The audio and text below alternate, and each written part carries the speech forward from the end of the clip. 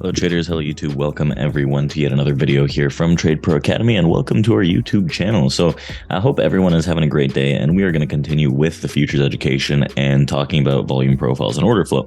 Now this is a pullback based strategy that we can use. Mainly I'm going to show it to you guys based on order flow using a DOM, a depth of market, but I'm going to show you how we get to that point using the volume profile as well. So in this video, we combine two things to create an amazing pullback strategy that we demonstrate using order flow on the DOM towards the end of this video.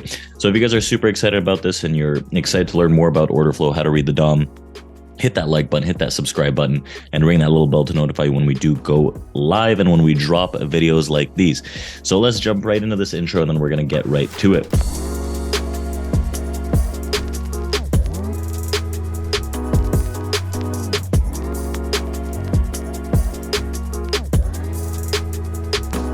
So in this video, like I said, it's going to be a two-part video, right? We're going to be looking at the overall market on the S&P 500 futures, and we're going to be looking at a pullback trade, how to find a pullback trade using a volume profile, but mainly how to find a pullback trade based on order flow. This is mainly around order flow. Obviously, if we have the levels based on a volume profile, it becomes much simpler for us, but we're going to be talking mainly strictly about order flow, how prices come through some levels. So I want to break down the area first, what we're looking at here, and then I'm going to break down the premise of the order flow strategy, and we're going to look at that example using a depth of market DOM on Sierra chart.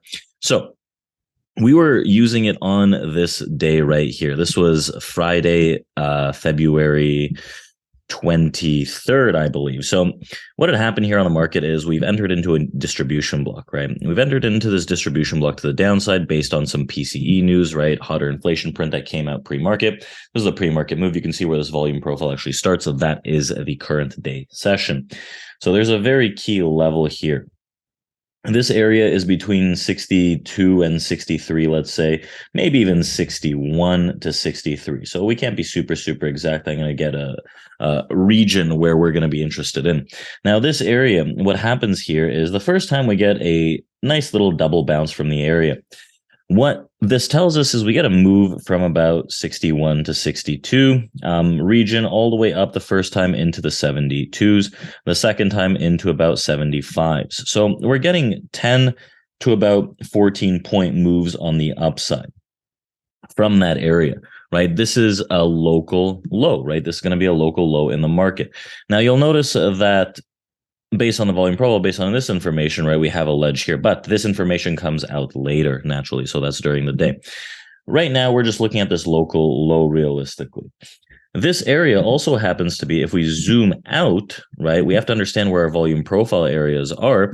It also happens to be from the pre-market area. You can see a very broad ledge that opens up a nice distribution. So when price is within this distribution, based on distribution theory, we want to hold within it. That means we're going to bounce off the ledges of that area to try and attack the top.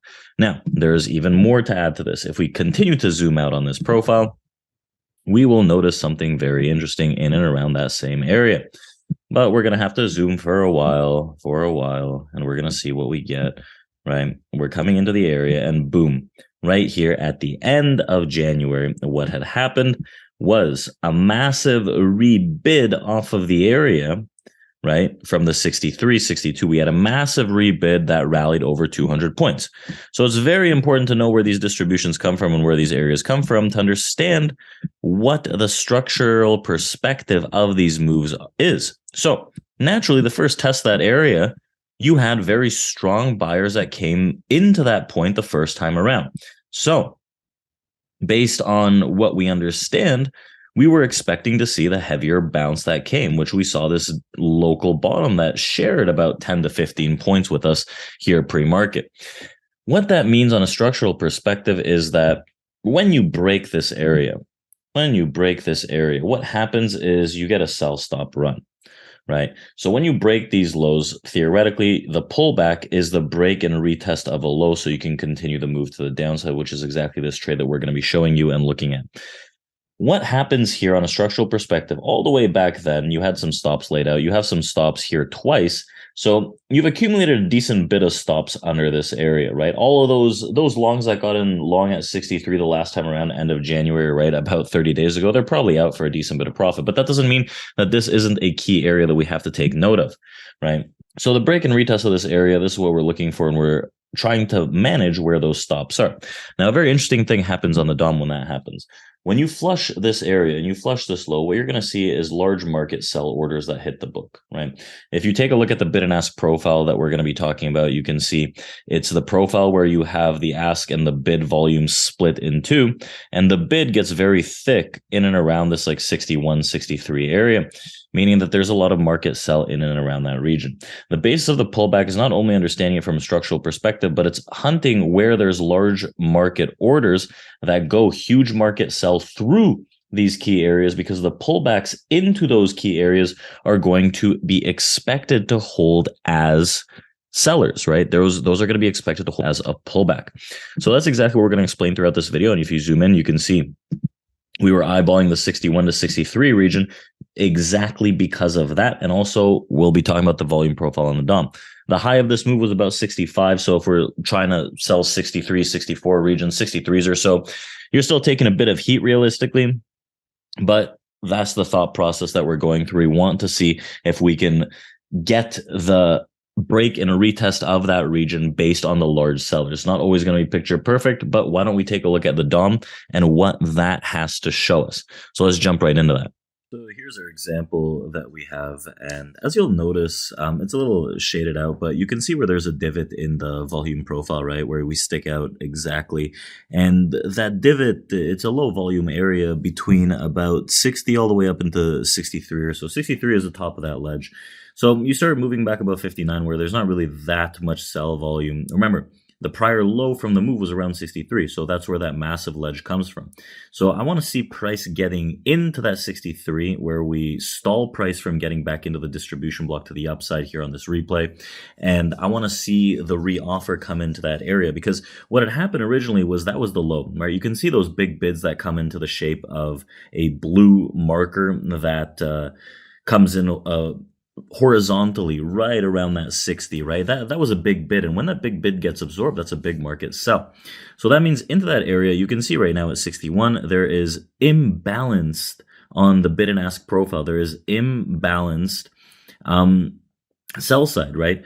What that means is that imbalanced sell side that's coming into that area is huge bids that were hit, and the market sells through that area right around 61, but I'm more interested in what happens at 63. So that's the area that I want to be playing to look for some of the short, which is the start of that distribution block on the volume profile. As you can see, the prior lows, they were broken, and I think there should be a reoffer from that area, right? The 61 is a little too soon because we have that massive distribution ledge that comes in from the 63, which was the prior low, and as you'll notice, you break through the prior low and you get a massive reoffer, meaning that huge sellers hit the tape. You can see that fight there, a couple of hundred that go reoffer from that area, and they're pulling price down, right? When we got back up there, there was a pretty strong rebid. That rebid came in and it downticked on a larger reoffer, which is telling us that those sellers that came in around 61, 63, those imbalanced sellers that are, I think it's like about 2,000 that are hitting the book at 61, 2,000 sellers versus virtually no buyers that actually propagated that flush, which is that big bid order that was sitting there. You can see the blue horizontal line on the chart itself, but the 63 is a volume profile ledge where we're looking at this and thinking this area should stall price from getting back into the distribution, considering it was the prior low and there was a massive reoffer under that level once we actually broke that low. So right now, obviously taking some heat on this move. There is still a reoffer. You can see right there with the speed that it happens, you're getting multiple hundreds of lots that reoffer instead of allowing that couple hundred lot bid to sustain this. When you get a reoffer, this is the thing when you talk about order flow. When you get a reoffer like this, right, number one, you have to pick out the area and understand what happens on the DOM that creates this pullback, right, which we explained.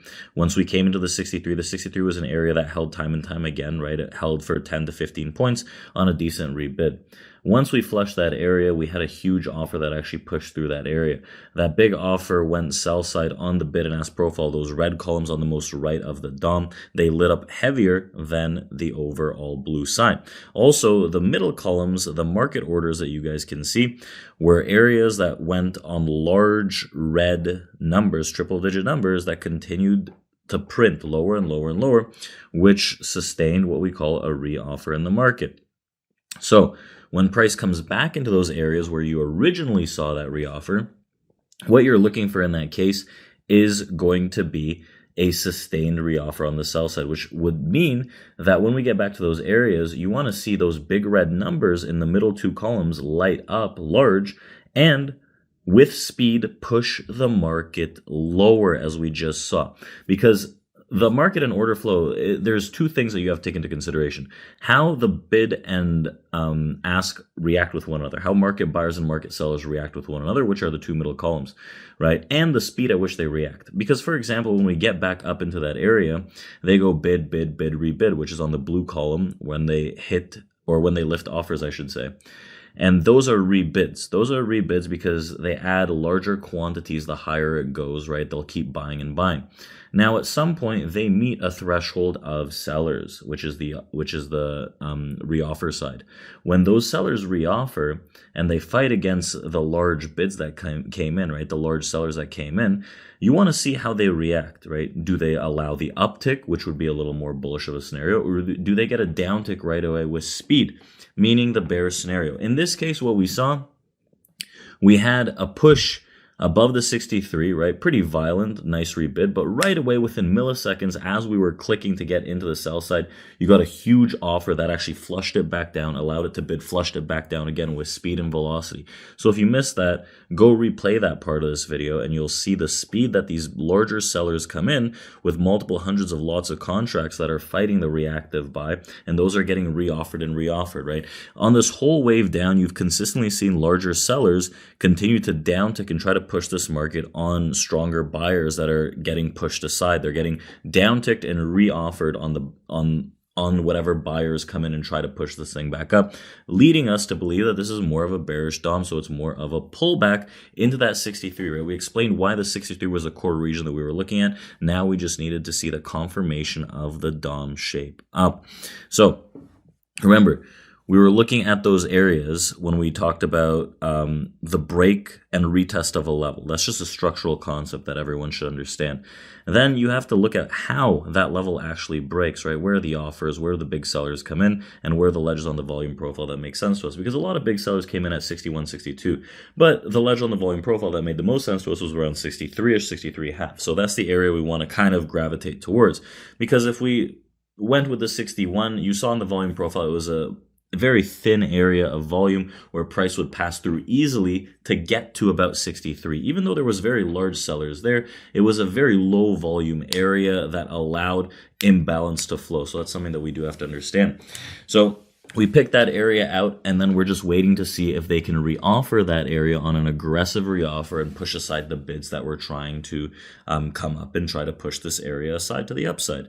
So when we're trying to trail this, right, I naturally look to take profits off 5-6 points for the first profits, and then I'm going to trail based on the volume profile. Where can we hide behind ledges? So we're just a bit above break even, and I would need to see the price actually escape into lower volume profile distributions for me to actually trail price. So for example, right now we're trading into the 57 region, 58s I mean, and if we get below 57s, 56, that would cause me to move my stop where that distribution block starts, probably in and around that like 59 region or so, right? We're just hiding behind key ledges that we see where we want to navigate this overall position.